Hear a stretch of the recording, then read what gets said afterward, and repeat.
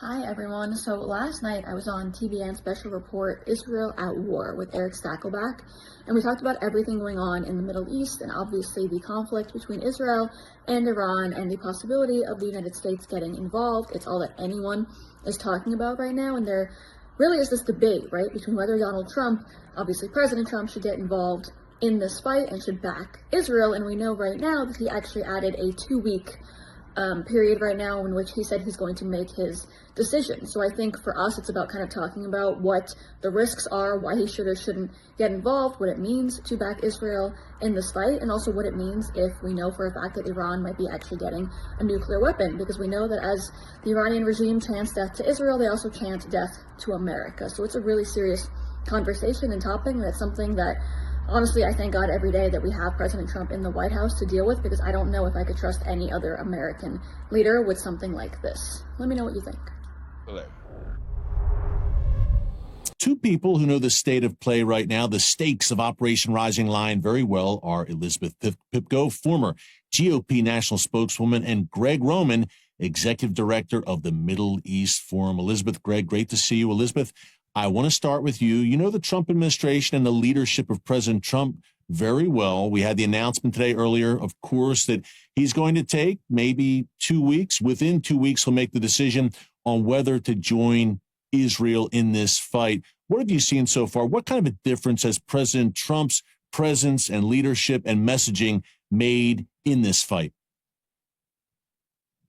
You know, President Trump's messaging and leadership is so different from every leader we've seen before him. I said this in another interview the other day. We have President Trump to thank now for all of us actually questioning previous leaders of the United States of America, because he is so anti-war and does bring a different kind of strategy to the White House that makes us wonder what we're doing up until this point. I think for someone like President Trump to be in there, who has been so pro-Israel from day one in the Oval Office back in 2017, no one can ever doubt that he will have Israel's back if necessary. But to pair that along with his passion to avoid war, his commitment to the fact that diplomacy is possible, he will do everything he can to get things done that way before having to use military action. I think we're very lucky to have him in the White House in this situation, and knowing that he's trying to do everything that he can. He gave, as you mentioned, this 2-week update today, knowing that he's going to try everything he can to get this done diplomatically. But as we just heard, he will stand with Israel if he has to. This is not someone who is scared of any kind of military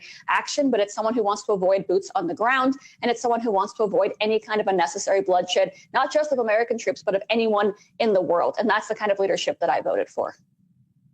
Yeah, Elizabeth, he's striking a great balance. And Greg, look, I follow you on X, Greg. You've been talking about this for a while. You said this is coming. Operation Rising Lion, an Israeli assault on Iran's nuclear facilities is coming. It seems that Israel, and President Trump realizes this as well, Israel at the end of the day had no choice. Greg, how close was the Iranian regime to developing the bomb? According to assessments from the Defense Intelligence Agency, Austrian intelligence, and even Israeli intelligence, Iran was 1 week away from being able to develop enough fissile material to create a warhead. And they did everything to be able to support that. You had a explosives line, which was reintroduced, which was shut down back in 2003, being reactivated for the first time in 22 years, only to be able to create a warhead.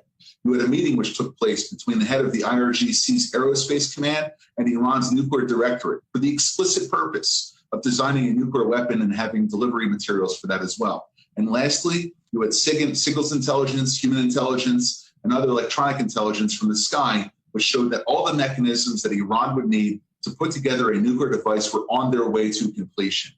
Even the International Atomic Energy Agency found Iran to be in breach of the Non-Proliferation Treaty because they found that there was no other use for their nuclear infrastructure other than moving towards a militarized weapon. Wow. Greg, great breakdown. And by the way, this regime, this fanatical apocalyptic regime, their ideology demands that they would use that weapon. Elizabeth, can you talk about how this is not just Israel's fight? Some people have been saying over the past week, well, that's just Israel's problem. It's thousands of miles away. They're always fighting each other in the Middle East. We should stay out. But Israel, to me, is fighting the good fight for all of us. And in that Iranian ideology, Israel's only the little Satan, their words. It's America that's the great Satan. Could you talk about how that Iranian nuclear threat threatens not just Israel, but the entire free world, including the United States? Of course. Well, look, I have to remind people all the time that when Iran chants death to Israel, right, the Iranian regime does not stop there. They chant death to Israel, and then they also chant death to America. They also, as we know, chant death to the Jews. The fact is, Iran has no interest in stopping with Israel if they get their hands on any kind of nuclear weapon. I've told people for years now, being America first is being pro-Israel because we share our victories and we also share our enemies and we share the same threats. The fact is, yes, we want to avoid boots on the ground, American troops anywhere in foreign soil and anywhere in any kind of danger. But if Iran gets a nuclear weapon, we are in grave danger, not just our Israeli allies, but us as the United States of America. And it's been very strange to me to see folks in both parties, by the way, folks on the right who don't seem to understand that, and folks on the left who have tried, I mean, for how many years now to get us to send as many U.S. taxpayer dollars as we can to Ukraine, risking an all-out nuclear war between the U.S. and Russia, but having no problem with the threat of a nuclear war with Iran. Yeah, and good points, Elizabeth and Greg. We don't have a crystal ball here, of course, but where does this go next? Again, President Trump earlier today saying, look, I'm going to take perhaps 2 weeks. What's next for the IDF? They've made a huge dent in eliminating Iran's ballistic missile stockpiles. That Fordo nuclear reactor, Greg, obviously looms. What do you think the next steps are for the IDF in this operation? Perhaps Ayatollah Khamenei even isn't too long for this world. So the IDF defined at the outset of this operation 3 distinct goals: eliminating the nuclear program, getting rid of Iran's ballistic missile capacity, and the 4th day in the operation also demanded that Iran stop its support for proxy terror organizations that it sponsors throughout the Middle East and the rest of the world. It's about 40% of the way on its first goal, eliminating its nuclear infrastructure. It's about half the way on the missile production facilities and the launch pads. And in terms of eliminating the proxy support, that's a much deeper question. But I have to point out something that Prime Minister Netanyahu said today outside of Soroka Hospital in Beersheba, which sustained a direct hit, as per your reporter having given the information earlier on this broadcast. Prime Minister Netanyahu said, "This is Israel's war to fight. This is our operation that we launched, and we're going to finish it when we achieve our goals. And if the United States was to involve itself, that would be a bonus, but it is not required in terms of their direct kinetic involvement, whether it be to destroy the Fordow nuclear enrichment site or if it's any other sort of direct attack against Iran." So zooming back a second, Israel has the means, it has the motive, and it has the opportunity, in this case, to be able to take out the entire Iranian program and achieve its 3 war goals. In doing so, I think we're really at the point now, whether or not the U.S. gets involved, Israel's going to go it alone, and they're going to finish the job.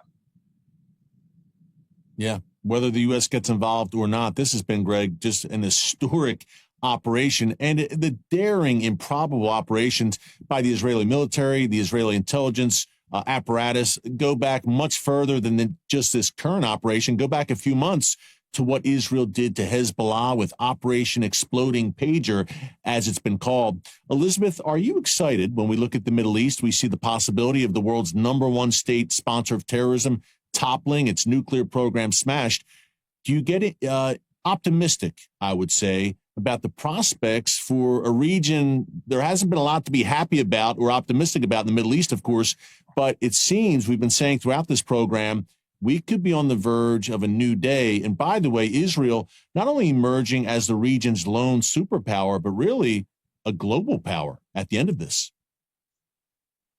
No, 100%. I mean, Israel is literally on the forefront of this fight for Western civilization. There's not enough people in the world who realize that, but that's a fact. That's what's happening right now. And I like that you changed it to the word optimistic. I'm certainly optimistic. I'm always optimistic. Then again, we've heard of something coming to the Middle East like this to kind of take out the Iranian regime and bring back the kind of peace that everyone in the region has hoped for. We've heard about this. We've talked about it for many, many years. I didn't know if I'd see it in my lifetime. So I don't know how optimistic I am. I'm hopeful, of course. But at the same time, I keep in mind that while we're talking about this, Israel is still fighting a war with Hamas, obviously one of Iran's proxies. There are still hostages held from October of 2023. So it's a very uncomfortable situation to even think about because Israel is literally being targeted on every single front. They still have their own people, innocent people being held hostage. We just got obviously Idan Alexander out, who was an American who was held for all those months. So the entire region obviously having, any chance of being turned into a peaceful place for those who deserve it would be a dream come true. But it's hard to even visualize that considering everything that has been going on for, almost 2 years now, unfortunately. So I'm hopeful, of course. I'm hopeful we have President Trump in the White House at the same time. We were all hopeful after the Abraham Accords in the first administration. So if there's any time to get this done, it's with Bibi Netanyahu and President Trump right now. But at the same time, it's almost hard to imagine considering what's still going on with Hamas and with the other conflicts that Israel is unfortunately involved with. Yeah, Elizabeth, wise words. And as you said, Bibi, Trump together, I've compared it to the 1980s. Reagan, Thatcher, and Pope John Paul II toppling Soviet communism, a dynamic duo right now in Jerusalem and Washington, D.C., and a dynamic duo with us, Elizabeth Pipko and Greg Roman. Folks, follow them on X, across social media. God bless you both. Thanks again. And we're joined now